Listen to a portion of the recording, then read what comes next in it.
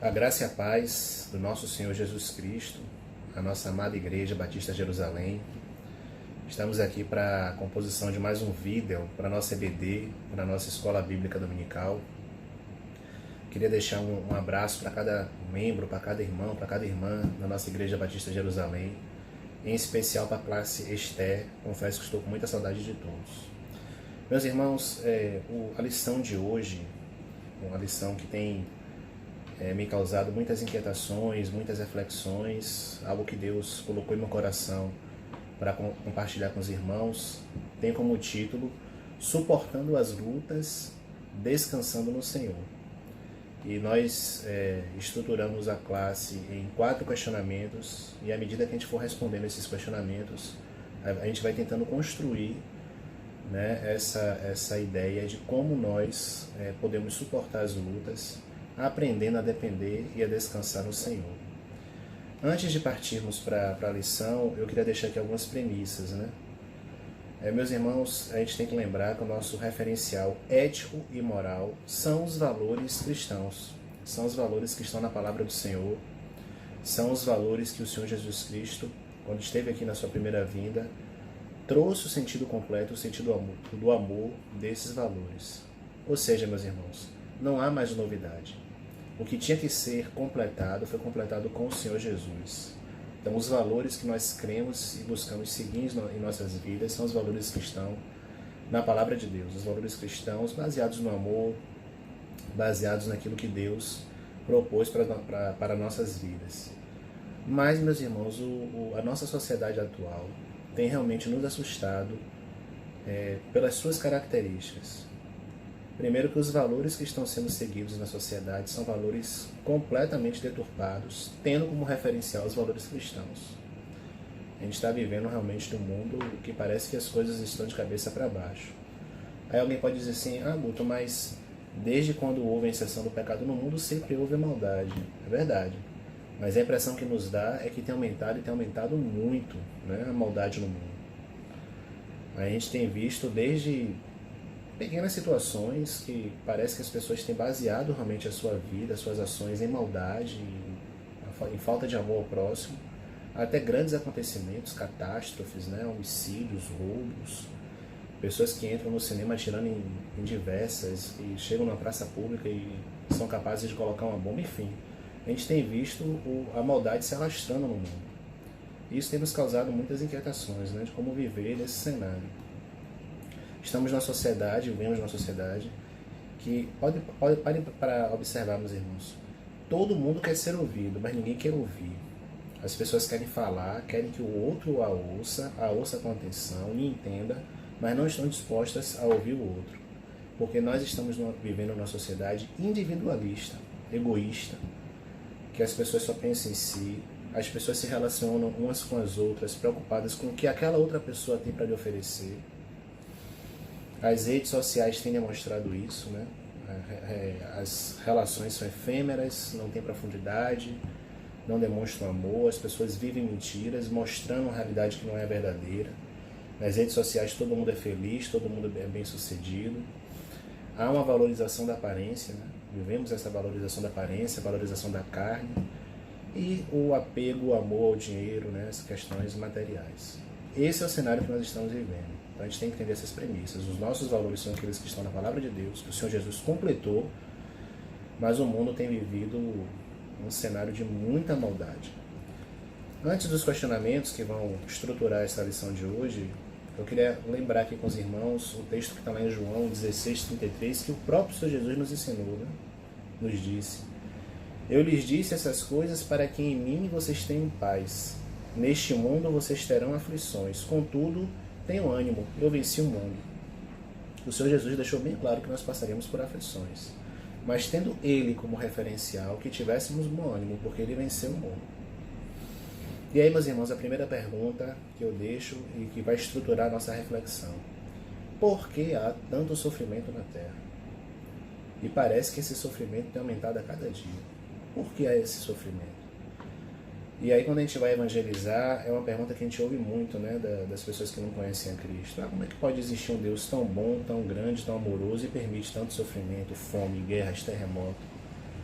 Meus irmãos, o plano original de Deus, o plano inicial de Deus, não previa essa maldade que a gente está vivendo, não. Deus planejou o que há de melhor para nós. A rebelião do inimigo contra Deus e a fraqueza de nossos pais que pecaram, que permitiram que o pecado entrasse no mundo, e o pecado contaminando o mundo, contaminando tudo, é que levou esse cenário que nós estamos vivendo hoje. Então vamos lembrar que esse não foi o plano original de Deus. E ainda assim, Deus permitiu, Deus estruturou um plano de resgate, um plano de salvação para a humanidade, apesar de nós termos pecado contra Ele. E esse plano de salvação tem como o ápice o Senhor Jesus, que veio ao mundo, foi humilhado, torturado, levou sobre si as nossas aflições, os nossos pecados e morreu por nós. Então o plano original de Deus não foi esse, e ainda assim Ele deu seu único Filho para nos salvar. Meus irmãos, Deus nos ama incondicionalmente. Né? Já estudamos isso na classe, com o amor de Deus por nós, o amor ágape. Né? Ele nos ama apesar de nossas imperfeições. Ele deixou a palavra, né? O nosso manual, a palavra de Deus, com tudo que nós precisamos conhecer, né? Para estruturar o nosso conhecimento sobre Ele. Os ensinamentos sobre os profetas, o Senhor Jesus, o nosso Salvador, deixou o Espírito Santo após a ressurreição de Cristo. Deus nos ama e nos ama muito e estruturou esse plano de salvação para todos nós. E a palavra de Deus, né, o Senhor, através da sua palavra, nos avisou o que aconteceu, lá entre os principais acontecimentos do passado, da história do povo de Deus, e também o que vai acontecer. O que nós precisamos saber sobre o que vai acontecer, né, tá aí a escatologia, está lá na palavra de Deus. Basta buscarmos o Senhor e a sua palavra. Então aqui a gente já consegue responder o primeiro questionamento, por que há tanto sofrimento na Terra? O segundo questionamento, como viver diante de tanta maldade, de pessoas que priorizam fazer o mal? E volto a dizer, como nos dá a impressão que essa maldade tem aumentado a cada dia. Meus irmãos, a gente sofre, a gente sente, né? Quantos atos de maldade ao nosso redor a gente todo dia presencia. Isso tem me inquietado muito. Mas está lá em Mateus 24, 12 e 13, dizendo o seguinte: devido ao aumento da maldade, o amor de muitos esfriará, mas aquele que perseverar até o fim será salvo. Então, primeiramente, antes da gente entender, né, como viver diante de tanta maldade, a gente tem que parar para refletir sobre o seguinte. Primeiro, quem somos nós para falar de alguma coisa? Nós que pela graça de Deus, né, graça é favor imerecido, né, conhecemos a palavra, somos salvos em Cristo Jesus, a gente tem que lembrar que essa salvação não aconteceu por méritos nossos, não foi por nenhuma proeza nossa, ou porque merecíamos. É pela graça de Deus, pelo amor de Deus por nós. Apesar de nossos erros, apesar de nossas imperfeições, o Senhor permitiu que ocorresse essa salvação através de Cristo Jesus. E meus irmãos, enquanto tivermos essa carne, vamos errar, podemos errar. A diferença é que nós não somos mais escravos do pecado. Somos libertos, somos salvos em Cristo Jesus, mas santificação não é um ato, é um processo. Então, primeiramente, vamos lembrar disso para entender quem somos nós para estar falando de algo, né? A gente tem que ter muito cuidado com esse limiar quando estiver estudando a maldade no mundo. Está lá em Romanos 3, 23 e 24. Pois todos pecaram e estão destituídos da glória de Deus, sendo justificados gratuitamente por sua graça, por meio da redenção que há em Cristo Jesus. Então a gente tem que lembrar que a salvação é pela graça, não é por merecimento. Sempre houve maldade no mundo, mas a impressão é que está piorando a cada dia. E meus irmãos, aqui um ponto chave para a gente entender essa questão. Deus separa o pecado do pecador. Nós devemos abominar o pecado, mas nós devemos amar o pecador. Se nós conhecemos a Cristo, né, se o amor de Deus está em nosso coração, a gente consegue, em espírito, evangelizar, levar a palavra de Deus para essas pessoas que não o conhecem. A gente consegue ter esse olhar de compaixão, de misericórdia, de empatia com aquelas pessoas que ainda não conhecem a Cristo, porque um dia nós estivemos no lamaçal do pecado. Então, as nossas atitudes em meio a tanta maldade tem que ser de amor, de amar essas pessoas, de amor ao próximo, de compreensão, de oração. A gente tem orado por essas pessoas que muitas vezes nos ferem, que cometem maldades contra nós, a gente ora por essas pessoas, a gente tem orado como o Senhor nos ensinou, e de evangelismo, né? uma grande questão de termômetro espiritual, né, para as nossas vidas é se diante dessa maldade a gente consegue levar a palavra de Deus para essas pessoas, amar essas pessoas. Está lá escrito, meus irmãos, Mateus 5, de 43 a 48. Vocês ouviram o que foi dito: ame o seu próximo e odeie o seu inimigo. Mas eu lhes digo, amem os seus inimigos e orem por aqueles que os perseguem, para que vocês venham a ser filhos de seu Pai que está nos céus. Porque ele faz raiar o seu sol sobre maus e bons, e derrama chuva sobre justos e injustos. Se vocês amarem aqueles que os amam, que recompensa receberão? Até os publicanos fazem isso. E se vocês saudarem apenas os seus irmãos, o que estão fazendo demais? Até os pagãos fazem isso. Portanto, sejam perfeitos, como perfeito é o Pai Celestial de vocês. Como viver diante de tanta maldade no mundo? Amando, tendo compreensão, orando por essas pessoas, levando a palavra de Deus para essas pessoas. Lembrando que um dia nós estivemos no lamaçal do pecado, mas Deus nos resgatou. E isso é muito importante para que a gente tenha a nossa identidade cristã, né? Para que a gente possa exalar o nosso perfume de Cristo diante de tanta maldade. E aí vem o terceiro questionamento, meus irmãos. E diante do nosso sofrimento? E quando o sofrimento está acontecendo conosco? Tem momentos na nossa vida que a dor é profunda demais, né? Que a gente passa, vive por determinadas situações que machucam, que doem, que marcam as nossas vidas. E, meus irmãos, o interessante é a gente entender que na visão do reino de Deus, né, de estarmos em espírito, por vezes o deserto é necessário. Por vezes essas dores, esses sofrimentos são necessários na nossa caminhada, para algum propósito de Deus, para o nosso crescimento espiritual, até para falarmos de Deus futuramente. Para vivenciarmos as nossas experiências espirituais, para falarmos de Deus. E nosso foco, meus irmãos, tem que ser Jesus e não o irmão ao lado. Lembre de uma coisa, o irmão que está do seu lado ele também erra. Se nós tivermos como referencial apenas a pessoa que está ao nosso lado, corre um grande risco da gente se decepcionar. Nós temos que amar essa pessoa que está ao nosso lado, as pessoas que estão próximas a todos nós, e lembrar que eles também são falíveis, eles também erram. O único que se fez carne e não errou foi o Senhor Jesus Cristo. Por isso que o nosso referencial tem que ser o nosso Senhor Jesus Cristo. Ele é o nosso referencial de vida. Ele é o nosso foco, Ele é o nosso parâmetro. Ações a serem lembradas no deserto, meus irmãos. Buscar a Deus, confiar em Deus. É no deserto que a gente percebe se a gente aprendeu a confiar em Deus, se realmente nós temos uma vida de oração, se nós aprendemos a descansar em Deus, né? Se diante dos problemas a gente consegue descansar, para quando estiver tudo bem a gente está acordado, a gente está vigilante, a gente está orando ao Senhor, a aprender a entregar a nossa vida a Deus, a aprender, meus irmãos, a depender de Deus.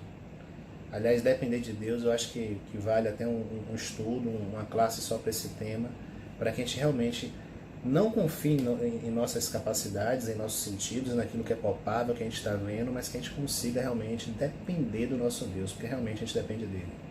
E glória a Deus por isso. Lembrem, meus irmãos, Deus nos ama, Ele não nos abandonou.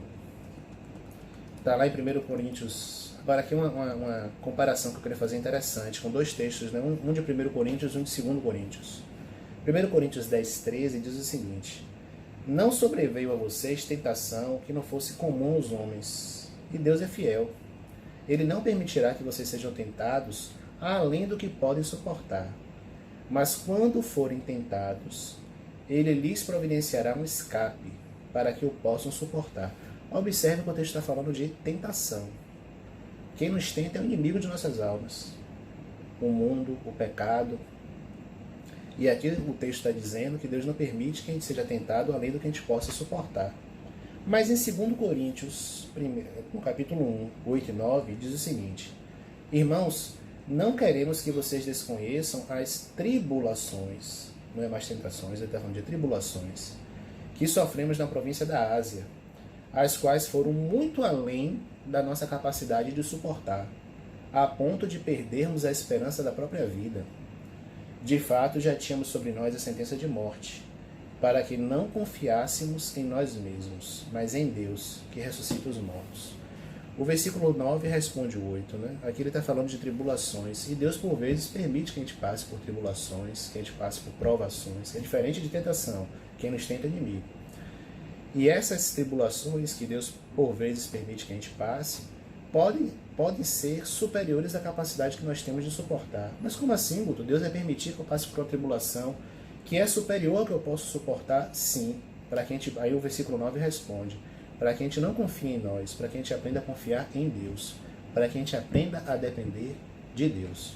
Ele pode nos ajudar e Ele pode nos tirar dessas tribulações. E a gente vai sair certamente amadurecido com diversas lições espirituais. Não é fácil, meus irmãos, mas por vezes, volto a dizer, o deserto é necessário na nossa caminhada. Por fim, o quarto questionamento, e o contrário? Porque aparentemente existem ímpios, pessoas que não conhecem a Deus, que aparentam felicidade. Já observaram isso? Quer dizer, nós que conhecemos o Senhor Jesus, passamos por desertos, por lutas, e às vezes, olhando de fora, pessoas que não conhecem a Cristo, que não conhecem a Deus, aparentam uma determinada felicidade. Vamos entender melhor isso. Apocalipse 3,17 diz assim: você diz, estou rico, adquiri riquezas e não preciso de nada. Não reconhece, porém, que é miserável, digno de compaixão, pobre, cego e que está nu. Meus irmãos, inicialmente devemos invalidar esse jargão, esse dito, né, que a gente tem tanto ouvido ultimamente, essa deturpação do evangelho, que é o dito evangelho da prosperidade.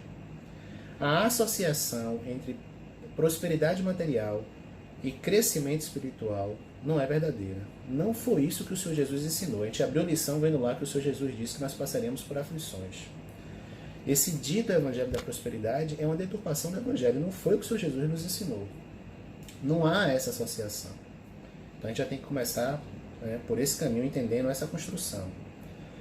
Lembro aqui do nosso saudoso pastor Carlos Antônio, não tem como lembrar, nas nossas lições, tantos ensinamentos que ele nos trouxe da parte de Deus. Ele sempre dizia que o vazio de nossos corações só pode ser preenchido por Deus, pelo Senhor. Existem pessoas, na verdade, que estão anestesiadas em falsas premissas. É como se elas estivessem vivendo numa realidade deturpada, como dinheiro, fama, poder. Meus irmãos, isso não é felicidade. Essas pessoas estão sendo aprisionadas pelo pecado, vivendo falsas alegrias, mas essas questões não vão preencher o coração delas. Tanto é que nós estamos vivendo na era da depressão. As pessoas buscam cada vez mais as questões materiais e estão cada vez mais sozinhas, sofrendo, dependentes de remédios, porque essas coisas não vão preencher o vazio de nosso coração, só Deus. Lucas 12, de 30 a 34, diz assim: porque as nações do mundo buscam todas essas coisas, mas vosso Pai sabe que precisais delas. Deus sabe o que a gente precisa, Ele quer nos abençoar, Ele nos ama, mas a construção não tem que ter como prioridade a busca dessas coisas. O que é que a palavra de Deus diz? Buscai antes o reino de Deus e todas estas coisas vos serão acrescentadas. Não temais, ó pequeno rebanho, porque o vosso Pai agradou dar-vos o reino. Vendei o que tendes e dai esmolas. Fazei para vós bolsas que não se envelheçam, tesouro nos céus que nunca acabe, aonde não chega ladrão e a traça não rói. Porque onde estiver o vosso tesouro, ali estará também o vosso coração. Meus irmãos, onde está o seu tesouro? O seu tesouro é o Senhor, você tem dedicado a sua vida a Ele, à leitura da palavra, ao aprendizado do Senhor, ao crescimento espiritual para servir melhor. Essas pessoas, meus irmãos, que estão anestesiadas nessas questões de dinheiro, fama, enfim, elas já estão perdidas. Elas não precisam ser alvos do inimigo, porque elas já estão no caminho do inimigo, já estão no caminho errado, já estão presas no lamaçal do pecado. O reino de Deus tem que ser a prioridade de nossas vidas. O Senhor Jesus é o único caminho ao Pai e à salvação. Quando a gente entende isso, a gente vai desconstruir essa ideia de que um ímpio está aparentando uma determinada felicidade e tal. Ele está no caminho errado e certamente o coração dele está com um grande vazio que só pode ser preenchido pelo nosso Deus. Então, concluindo, meus irmãos, vivemos tempos difíceis, de muita maldade, estamos vivendo o princípio das dores, certamente. Devemos potencializar a busca ao Senhor, trilhar o seu caminho, perseverar até o fim, tendo Cristo Jesus como parâmetro de vida. Como viver diante de tanta maldade, buscando a Deus e levando a palavra de Deus para as pessoas que ainda não conhecem. E aí a gente vai aprender, meus irmãos, diante desse cenário, a aprender a depender de Deus e aprender a descansar no Senhor. Pegue suas aflições, pegue seus problemas, entregue a Deus e confie, e busque a Ele noite e dia. E que o nosso Deus complete essa palavra em nossos corações e continue nos abençoando, abençoando a nossa igreja grandemente. Deus abençoe, meus irmãos. Muitas saudades, viu? Um beijo no coração de todos.